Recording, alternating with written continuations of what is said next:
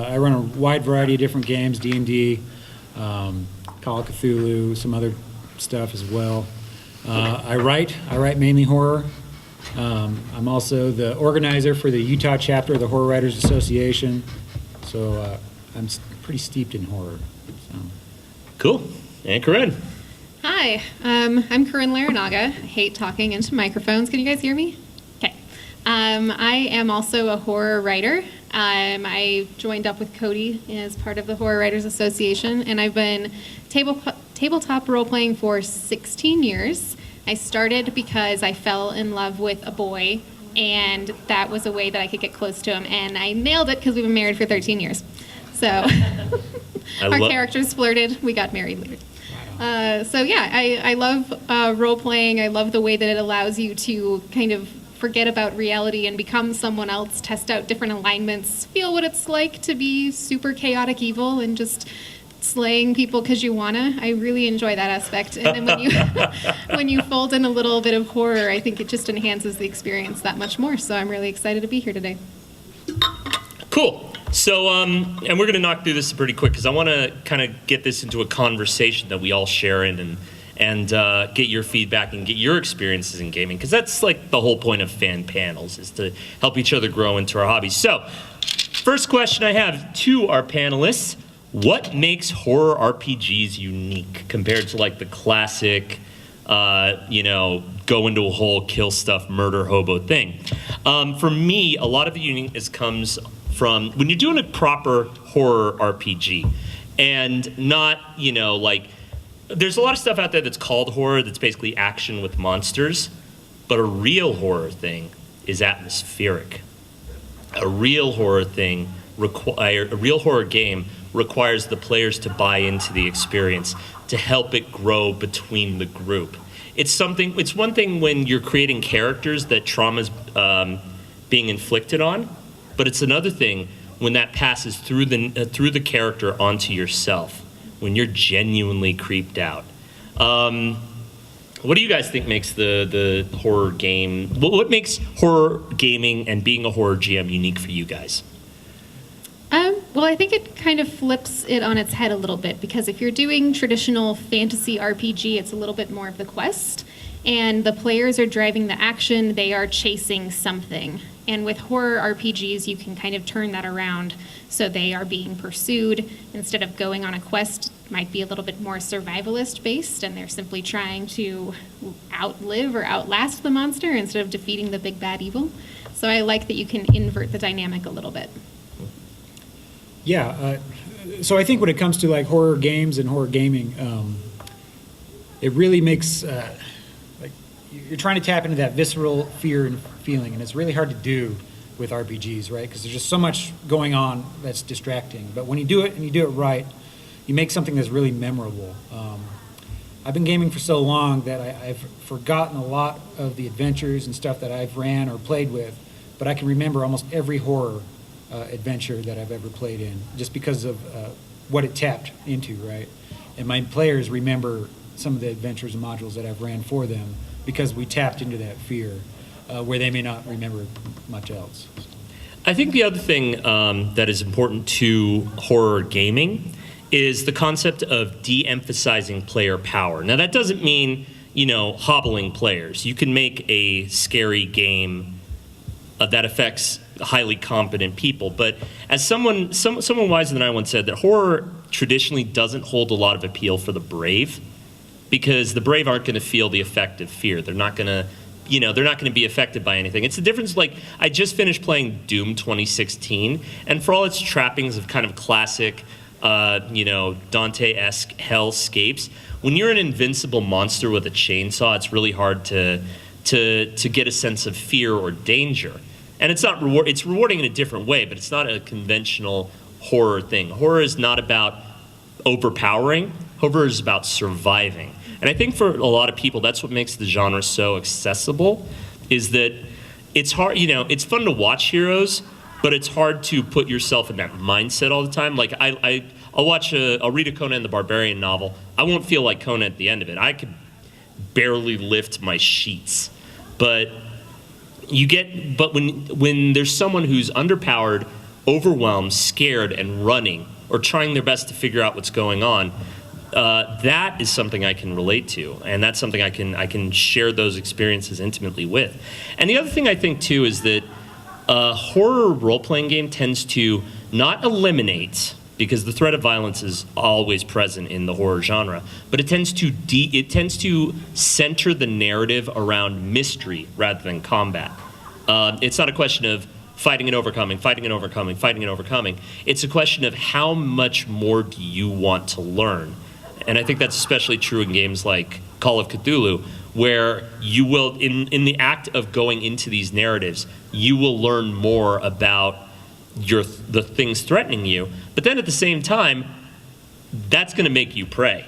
Like, the only way to end your Cthulhu characters in a madhouse or in the grave. So yeah. Another thing that I wanted to talk with you guys about is the hypothetical scenario. We all want to get together and we want to do a proper horror game, like Ravenloft, Vampire, Fear, or Fear itself, I think the one you know? Fear itself. Dread, whatever. I'd like to talk to you guys about how you select both the players and the system that you're going to use. And I think you started last time. So, Cody, crank it on. Cool, yeah. So when it comes to system, I kind of pitch systems to my players, like almost like a new project. Like, hey, I just found this cool new game. Here's kind of how it runs. Here's what it's about. What do you guys think? Because when it comes to RPGs in general, and especially horror games, everyone has to kind of buy in on it, right? Because you need to get everyone on board when we're going for a horror-based game. Because all it takes is one little distraction, and it could wreck a whole scene. So when it comes to selecting systems and selecting players too, and we talked about this earlier, I don't have so many players to select from. Like, I don't have this big list of people like I'm going to go through like I'm creating my dream team. It's generally just the folks that I game with anyway. I kind of have to get them prepared mentally before we start. Like, okay, here's what we're going to do. I need everyone's help to make this right. Let's try and keep the phones away. Let's keep the distractions away. Let's focus on what we're doing, and try and make this a shared experience. So. Great.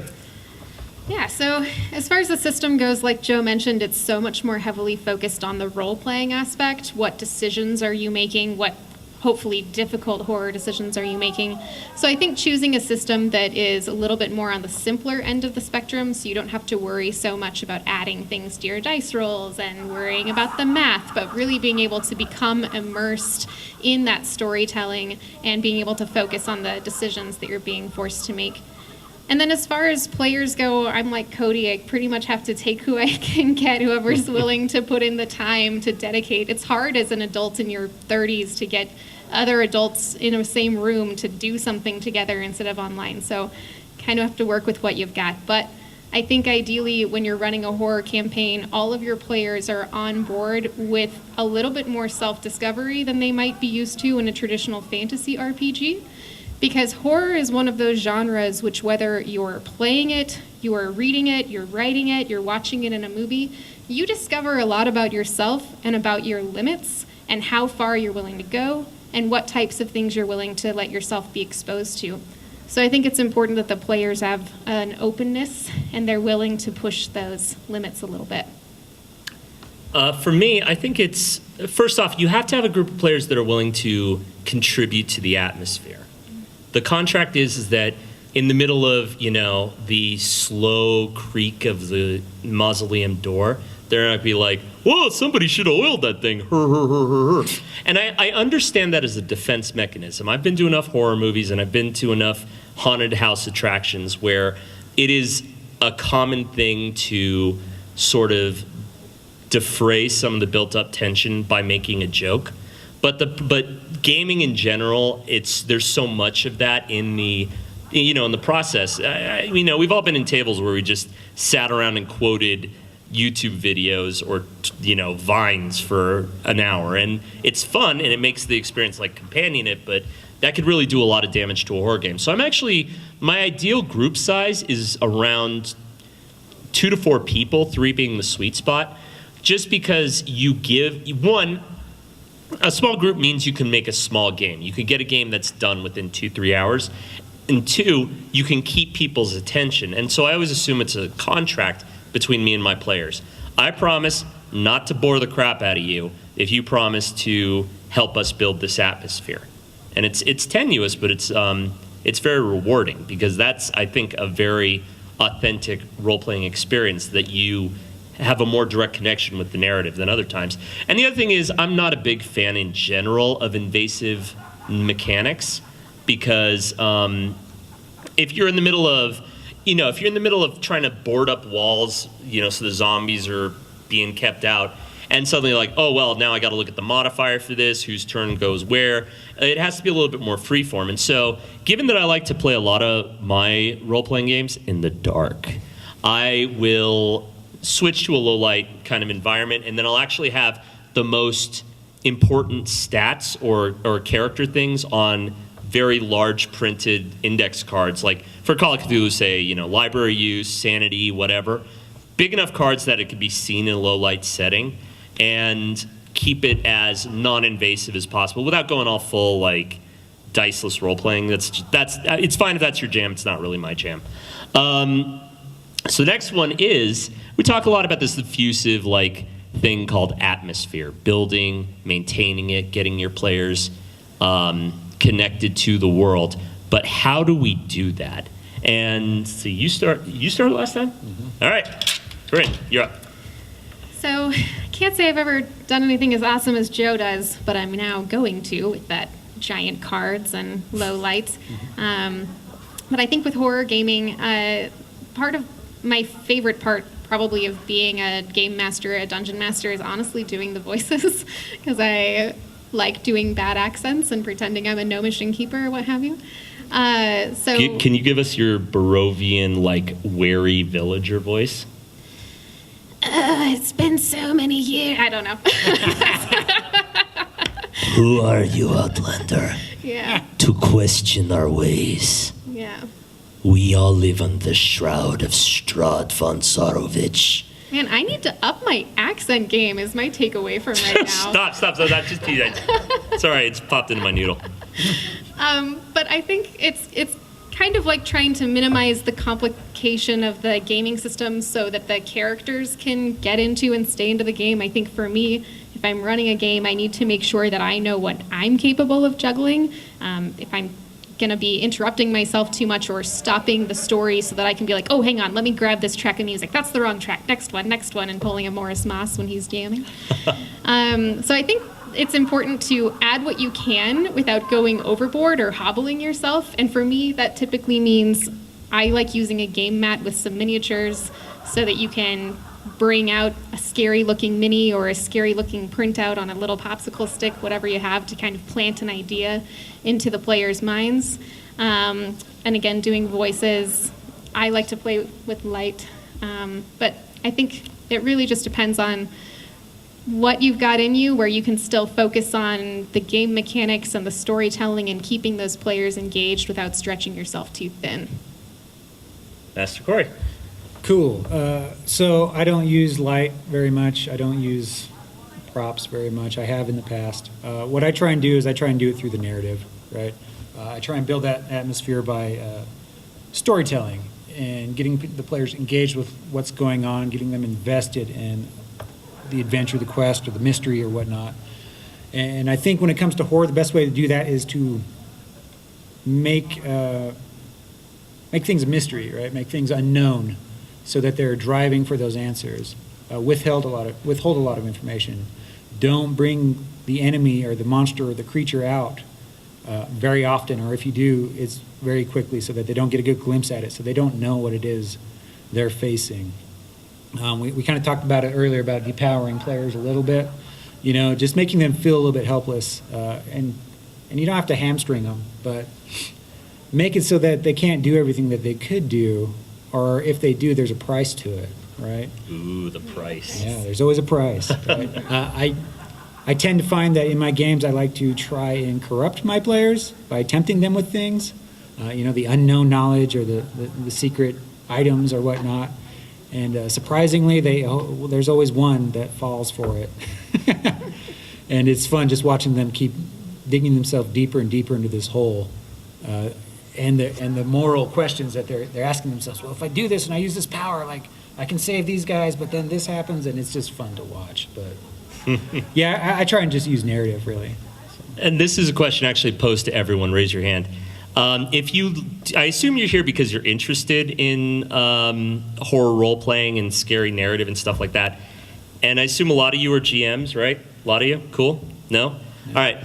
Maybe. When you have a chance to scare, like when you feel that scare coming on, when you're creating that scare in whatever form, whether on one side of the screen or outside, don't you get a little sadistic thrill from it? Raise your hand if you're just a little bit of a monster. We have a lot of nice people here. Well, oh, there we go. I got you. I caught you. There we go. Okay. Witness. All right, I'm going to do this. My take on this is I'm going to go my ideal and then like practical reality of like creating atmosphere. I've run a lot of convention games, and it's really hard to tell a ghost story, and that's what I'm trying to do. I'm trying to tell a ghost story in a brightly lit room with like Overwatch playing next door. So in my ideal, my own gaming space, I've created I use lighting that's inspired by films like Blade Runner 2099, Blade Runner 20 whatever, and God, what's that spy movie with Charlize Theron? They call it the parlance is bisexual lighting, the lighting scheme that like matches the bisexuality flag, because it's very low spectrum, but you could still see stuff in the environment. You don't have to play, because playing in pitch dark, someone's going to stub a toe, but you get a nice, if you can, and I got my light bulbs out, off of Amazon, like they were $20 for a bunch. I redid my gaming space, and it really goes a long way to giving that sort of intimate fear that you want to have. Game Master Performance we touched on. That one is, talking abstract is not going to be super helpful for you guys. So if you want to get a sense of how to do voices, how to do characters, I cannot recommend this. Neil Gaiman actually recommended this to me. There is an album out there where the actor's Basil Rathbone, that's not like me name dropping, I just saw him at a convention. I was like, you're Neil Gaiman and I'm not. But the actors Basil Rathbone and Vincent Price did an album where they read the stories of Edgar Allan Poe, and the inflection and the tone and the kind of the way that they did it from, and it's not just like making like creaky, but it's in the way you tell a story. It's in the register you choose. It's in when you say, you go back into the inn, and you guys are, you've got your armor on, you're laden down with sacks of treasure, there's still drying blood on your swords, but the evil's been defeated, the townsfolk are cheering at you, they're cheering for you, you get a hero's welcome, then you get into the inn, you stuff yourself with food and booze, and then you go up to your bedroom, and the door has been left just slightly open. And that's the way you can it's those little touches that you can add in your performance that don't require like an actor's degree or whatever, but just that intonation, just that change. And I cannot recommend it. Listen to that Basil Rathbone, Vincent Price album. It's fantastic. Music, we all had that experience where like someone's like, oh, we're going to play some quiet background music, maybe the Lord of the Rings soundtrack, and it's like, oh, doodly, flutes and stuff, and then boom, boom, boom, and you're like, but I'm just trying to negotiate with like some guy for some cash. This is atonal. Another recommendation I have for y'all, tabletopaudio.com. It is all ambient noise for every kind of gaming environment you could imagine, from dungeons to space to cosmic horror to fairy markets to whatever. It's non-invasive, it doesn't jump tone, and it is perfect background noise for any kind. Like, I prefer the horror stuff, obviously. But for music, that's what I go to. Props, if you're into that, make them. I tend to be less so. I have a lot of like weird antique small things that I've collected over the years. That here's a strange coin, here's a strange statue, here's the thing you find. And don't be afraid to just print out a creepy letter and put some fake blood in it and go have fun with that. Now, one of the most important things in like ghost storytelling in the horror genre itself is the jump scare. And I had this whole thing planned with like video and stuff where it'd be like, bah! But it's light and we don't have projectors, so boo. How would you guys pull that off? So I'm going to tell you a story about adventure I was running way back in the day with some of my players, and it was D&D. It was like advanced second edition, and I think I was running a module out of the old Dungeon magazine, if any of you guys remember that. But the whole point of it was they were shipwrecked and on this island, and they were searching for supplies while the crew of the ship was fixing the ship to try and get off. Well, as they get out there, they come across this old wizard's tower, and something starts hunting them down, like Predator style, like one by one, jumping from the shadows, all this kind of stuff. And I didn't use any tricks or anything like that. It all came down to storytelling again. But I do remember very distinctly at one point, my players didn't realize that this thing could climb on walls and on the ceiling. And as they were going down a hallway, I did like a passive kind of perception or whatever it was back in second edition. I don't remember. But one of them got it, and some of this thing's drool dropped right in front of them. And then they looked up and saw it, and it jumped down at them. And I pretty much got the whole table with it because they were so invested in the story. And so it all just goes back to storytelling with me. Bryn. I think that because you're right in front of them and you're kind of controlling their window into the universe that they're walking around in, you have to sort of employ, just like a stage magician does, and do a little bit of misdirection. If you're going to try to surprise them with something over here, you've got to get them focused on something on this side. The more focused that they are, the easier it is to surprise them. So, very nice. Old-fashioned tricks. No, it's class. And, jump scares in narrative work. We all went to summer camp, most of us, and we heard that goat story that ends in a big boom.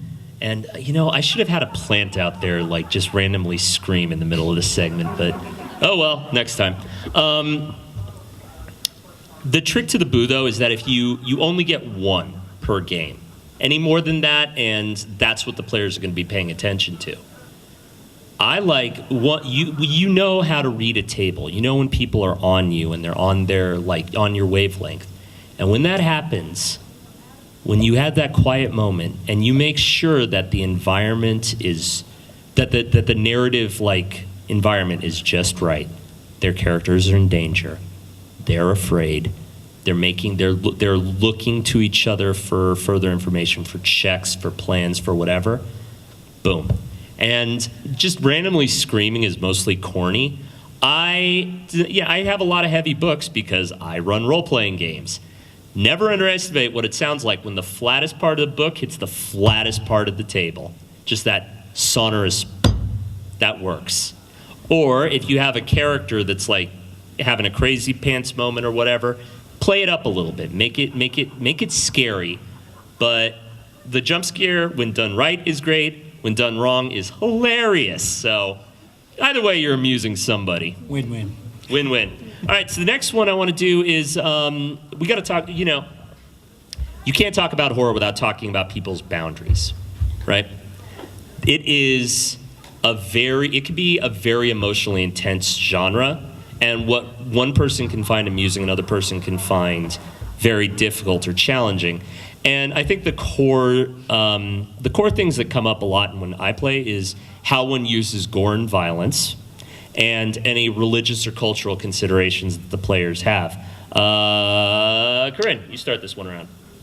So, one of the things that I recommend doing, whether you're running a horror campaign or you're running any other different type of campaign, is taking a couple of minutes as an aside with each player privately so that they can share with you maybe some bit of their character background that the other players don't necessarily need to know, that you can loop into a future adventure or something like that, just to really make them feel like their character is truly part of the world that you're building.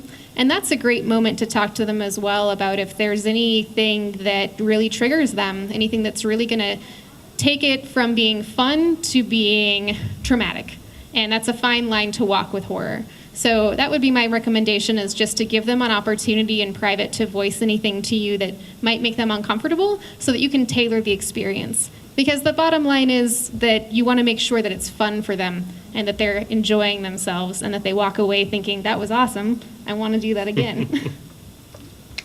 Mr. Cody. Yeah, so earlier I mentioned I like to pitch my games to my players before we even start them, because I can kind of start to read them to see if that's something they're interested in, or if someone's like, oh yeah, no, that's too dark, I know at that point that player is not good for that game. And then as I'm running them, I will kind of do this ebb and flow when it comes to detail. Sometimes I'll shoot for that visceral emotion that horror kind of invokes sometimes, and get into detail on some of the gore. Other times I'll dial it back and let their imaginations take over, because really, when it comes to horror, the less you describe, the more scary it's probably going to be, because someone's imagination is going to make it way more scary for what they will twist it into than what I could ever come up with. So I generally don't get too crazy when it comes into that kind of detail, and most players are happy with that and still have the emotions that I'm going for. As far as religious and cultural type stuff, I generally don't get into too much detail on what it is they're facing. Oh yeah, this is some Jewish demon from the whatever, It's just some scary thing, and they don't have to know exactly what it is. In fact, it's probably better that they don't. Most of my stuff is generally cosmic anyway, and it's when we're talking about horror, kind of Lovecraftian, and it's hard to wrap your mind around that kind of thing anyway. So less is more, in my opinion. Very nice. So I'm gonna my take on this is a couple of things. One,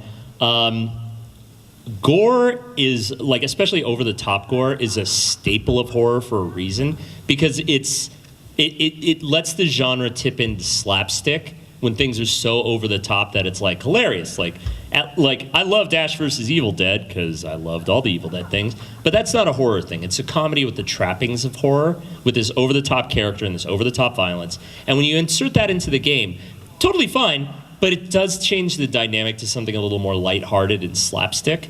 I haven't, obviously violence is contextualized, and so I tend to be very cautious using sexualized violence or anything like that.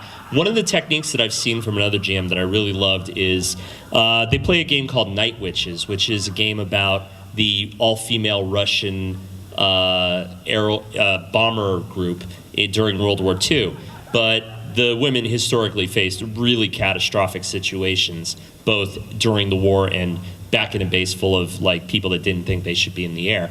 And so this GM, her thing was she had a card with an X on the table, and if something was going a little too far into places where players were made uncomfortable, the player would tap the X, they'd scale it back.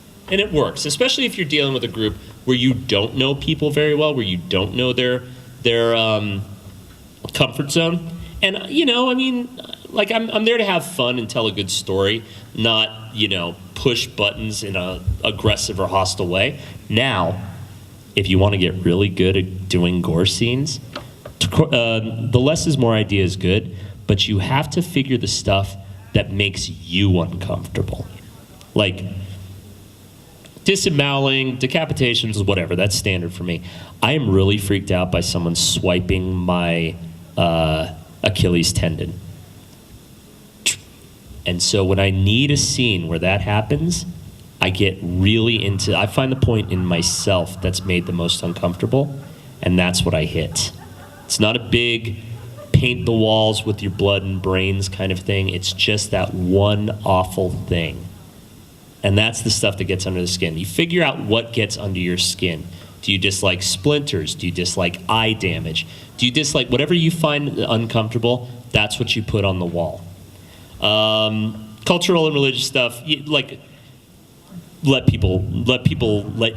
tell people in advance kind of what to expect. But the classic horror icons tend to be divorced from a specific spirituality. All cultures have some variations of ghosts or vampires or whatever. So you can keep it sort of a-religious if that's a concern that you have. And yeah, it's always good. I find that it's always good to sort of check in afterward and see if things, if you see a player, you got to get good at this point of reading your group. And if you see a player that's clearly having more than just like a more defensive body language or reaction, check in with them, see if you didn't cross the line. And, this stuff's all about fine tuning. But it's all about having a good time, scaring people. That brings up a good point. So at the end of all my sessions, I ask my players, hey, what'd you think? How'd it go? Anything you didn't like? So I can continuously be improving on my gameplay. But that's a good time to be asking those questions like, hey, did we ever get too far into something, especially in a horror-based game? And then you can get that feedback and adjust for the next time. Yeah. Anything on that? 100%. Cool. And I think that's pretty much. We got anything else that we want to kind of hit on this?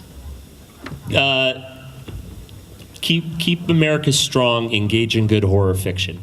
There you go. Whatever format that may be. So that was an old horror movie host. He used to say, "Watch horror films. Keep America strong." Interesting stuff. So I'd love to hear a little bit about your campaigns, both the people on the panel and you guys. Right now I'm doing so my thing is, again, I like to do single shot 2 to 3 hour games within an atmosphere that I personally can control. And the one that I'm working on right now I call the Compound, where the players are photojournalists and, like paranormal TV show guys exploring an abandoned survivalist compound where something went very, very wrong. And I've got the token psychic in the group who's going to read things, but one of the big horrifying secret is that one of the group started to betray everyone else, so they killed him. They thought, oh yeah, well we watched Breaking Bad, we can dissolve them in a tub of acid. Didn't quite work. They half dissolved him and then buried him in the woods. But then you have this, then I have this specter that I can use that's covered in plastic, that's only been partially destroyed, and that just keeps popping up in people's views. And it's grisly, and we're really having, I've run it for 3 groups, and I've really enjoyed doing that. So what about you guys? Well, right now I'm putting together a group to run through Curse of Strahd, which is the kind of re-release of the classic Ravenloft, and I'm pretty excited about that. Previously, a lot of my sort of homebrewed campaigns had a tendency to go astray a little bit. Like I was running a vampire-based one where I had really grand plans of turning the players one by one into vampires and forcing them to prey on their former compatriots.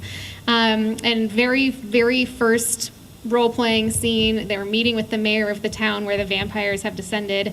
They're gathering some information, and one of them just immediately attacks the mayor and screams, "You're the head vampire," and murders him. And the thing that really pissed me off was that he was right. And I was like, well, crap. Yeah. Well, it's something that Dan Harmon, the creator of Rick and Morty, said, which is that no matter how good they think their plot twists are, you cannot outthink a hive mind of like 1 million+ fans. So that's always the frustrating thing, because there's 6 of them and there's 1 of you. Ugh, the worst. Gaming would be great without other people.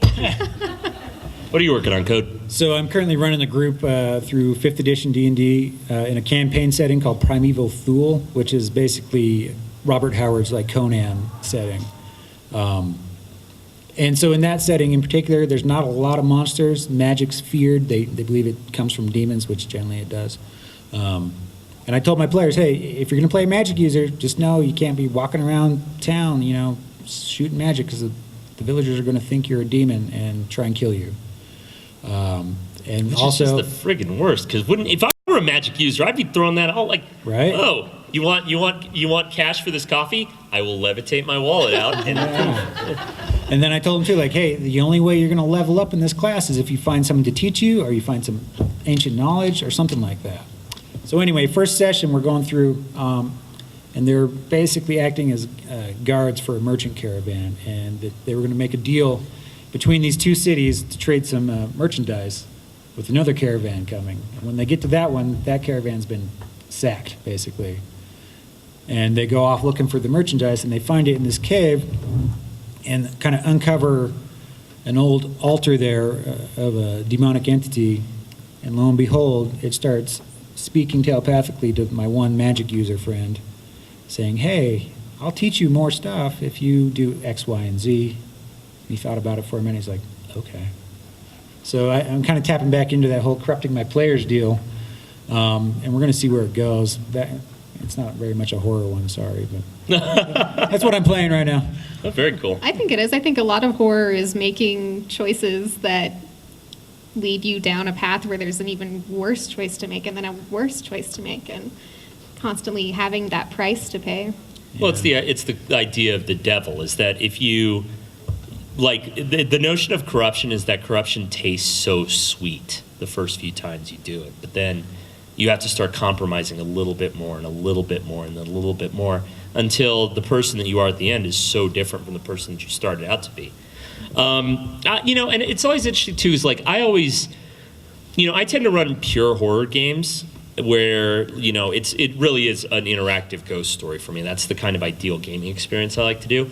But there's when most people think RPGs, they think of something less intense, and I always like to kind of incorporate, like if I'm just running D&D or whatever, I still like to incorporate that air of fear, because running into a hole in the ground in search of treasure guarded by monsters is kind of a creepy idea, no matter how strong you are. Challenging beings of godlike power is scary. And it's always fun to, instead of, all right, let's go do this thing, it's like, it takes you several days' journey to get there. As you get closer and closer, a sort of gloom settles on the party. People spend less and less time talking during the campfires at night. As you travel, you seem to be constantly accompanied by the howl of wolves or whatever other predatory thing. A crow lands on your shoulder and says, "Turn back!" And a bunch of bones show up and they're like, whatever. And that's all you got to do to just like put a little bit of that sweet, sweet horror mustard onto your narrative. And yeah, like not a lot of people love pure horror, but people love a nice horror flavoring to their stuff. Mm-hmm. So yeah. Yeah, I say it all the time when I'm talking about writing and the movies that I like to watch. I don't think a story is worth telling if there's not an element of fear. Whether, even if it's just a straight up hero's journey, if you're not afraid of what will happen if the hero fails, or you're not afraid that they're not going to come out okay at the end of that encounter. Well, I mean, look at Lord of the Rings. Like, that's the classic fantasy narrative, but it's infused with dread. Otherwise, it'd be a bunch of jerks on a road trip. But, like, every day, there's a new stressor coming in, And Samwise has got to do those speeches that Samwise was still the real hero there. Story. But yeah, questions, feedback, comments? I'd love to hear some of your stuff. What are you guys working on? What are you guys doing? What's your favorite scary movie? Hit us up. Cool. I'm spooked out. I liked The Witch. Sorry? I liked The Witch. What about The Witch worked for you? And I like The Witch too a lot, but like, what about it stuck with you? It was just weird seeing like the descend into this like maddening, and then it was really creepy when the kids started doing that chant. Yes. I was like, I can't look at a goat anymore and not call it Black Phillip, even if it's like a happy, like beigey billy goat. I'm just, well, we're talking about corruption. That's a great movie about corruption because one, the family's corrupt by the sin of pride. Two, the woods itself just don't want them there. And Thomasin is just pushed deeper and deeper into being pushed away from her family, rejecting her family, and eventually selling her soul for like butter and dresses. I don't know. Sounded delicious though. Yeah. So I work as a bartender as like one of my 50 jobs, and I have asked if people wanted to live deliciously, and nobody ever gets a joke. It's very upsetting to me. Anyway, what do you guys play out there, just out of curiosity? Do we have, like, how many people are just strictly D&D? Dope. Now, is it that do you guys like going into the Ravenloft campaign setting, or do you like just to, like, fight skeletons and zombies and stuff in some underground hole? Yes. Excellent. Zombies. I just homebrew everything. So I'm actually running a campaign that I call Truly Evil, where I made every player be 100% evil. And our first episode, we actually did a scene from The Witch. Nice. 5? Got it. So I told them, I was like, all right, here's a murder and pestle, here's the baby. And they all looked at me and I'm like, you guys are all evil, why are you hesitating? Yeah. It's a baby. I'm like, what? you want to go home. Well, it's always interesting when you face that, because like the Pure Evil campaign, it means so many different things to different people, because when we talk about evil in fiction, it's such a binary. But then, we live in a world that's awash in what could be seen as evil from the consequence. But it's done through a chain of people that don't think they're doing anything wrong. And so, how have you seen people's morality being tested in your games? The first episode, everyone was hesitant, but then after that scene, it was just like downhill from there. And they were the things that even I didn't even think of. Like, it's kind of awful because I stream it on Twitch, so sometimes I get worried. But our cleric has a special staff where if he kills someone with it, he gets their soul. And, like, levels That's up. so cool. Yeah. And there's just a child walking on the street, and I was just like, all right, well, let's just keep going. Yeah. I mean, it's always the interesting thing when you're dealing with with that kind of thing, is how much power, what are you willing to sacrifice or do to get power? And then, you kill one child, it's an abomination. You kill 18 of them, it's just like, you're at level 18 now. Do we have any vampire players or any classic World of Darkness types? Just me alone in the shirt? Bummer. Call of Cthulhu? What do you guys play out there, just out of curiosity? I mean, there's tons of stuff that I'm just going on the big, the big guys, the big monsters. Well, we have a question about our GM and how to deal with it. We're kind of on the other side of it. But I did just now, I'm nothing, think of these old games, Nightmare. It's like a studio, yeah. I have all the editions of it. I am the gatekeeper. Okay, but Go YouTube it. It'll blow your noodle. It's pretty excellent. Yeah, so there's those, but then we've gotten really involved with this, our GM kind of putting together a lot of these just like single shot 2 to 3 hour campaigns. But Dread, yeah. But sometimes- Dread. I know Dread. Dread's fun. But sometimes he kind of, what's the word? Like, if we guess what's going on in his campaign, he'll throw it out, and then he'll let us wander for like 2 or 3 hours. What do we do? I'm in leading these. Do you guys want to take the first swing on this? I don't know. I guess if I was a player, and when I'm a player, I'm kind of a little bit of a dick, because if I get bored, I'll take things into my own hands. So if my players were bored and feeling directionless, they would potentially turn to dark magic to get guidance, or run into a nearby village and start slaying people until they found something worth questing after. But Embrace the murder hobo. but I The think murder.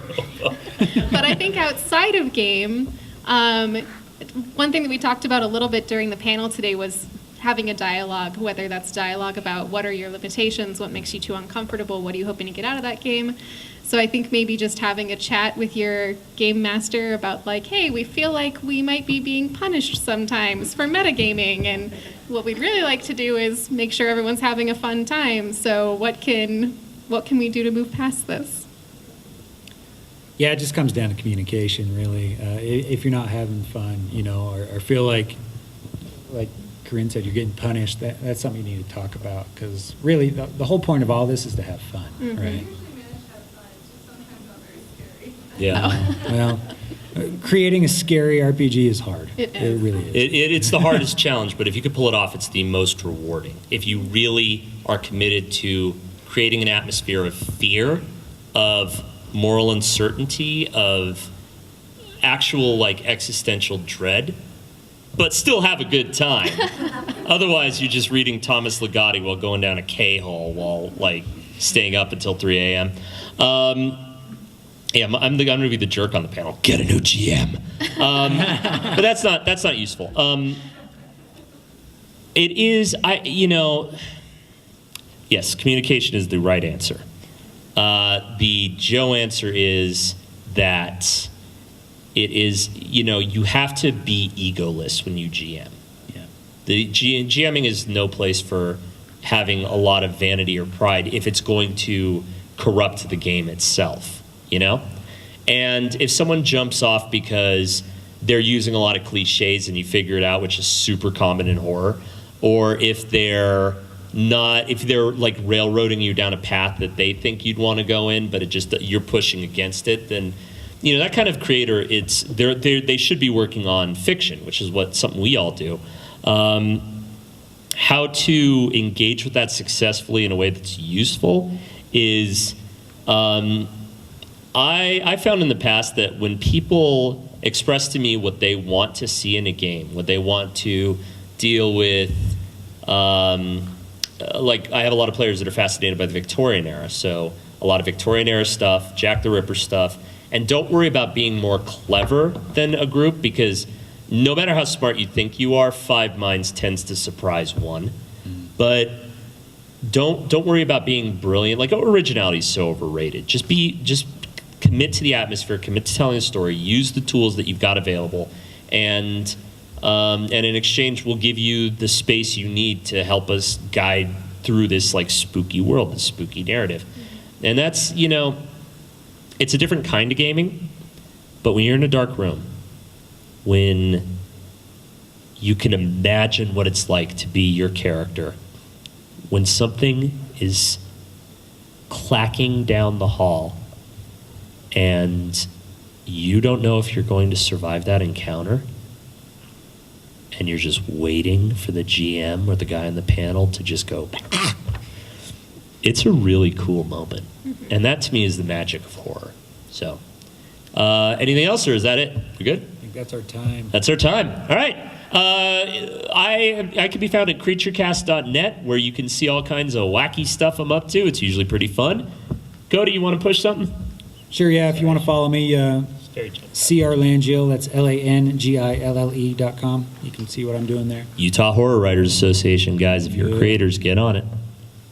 And I'm Caryn Larrinaga. My name's really hard to spell, so you can find me at thewordynerd.com instead.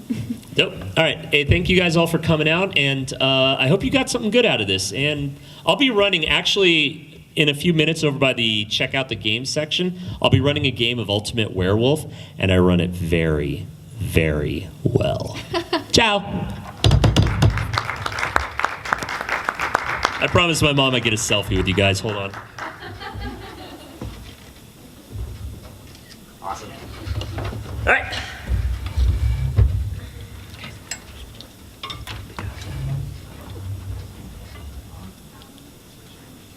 Nailed it. I didn't do my duck lips. Oh, thank you for not doing your duck lips to the entire panel. All right. Stay spooky, everyone. Also, for bonus trivia nerds, what are the actual rules in the film The Purge?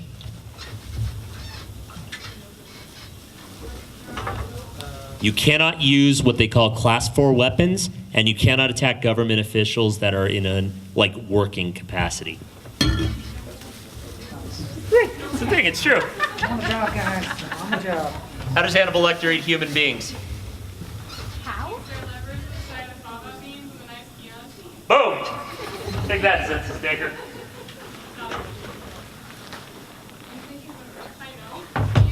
Why is my purse so high? At 5. Oh. No, it's like 5. There we go. Yeah, man, totally. Good looking out, man. Thanks for cameraing. Great. They're coming to get you, Barbara.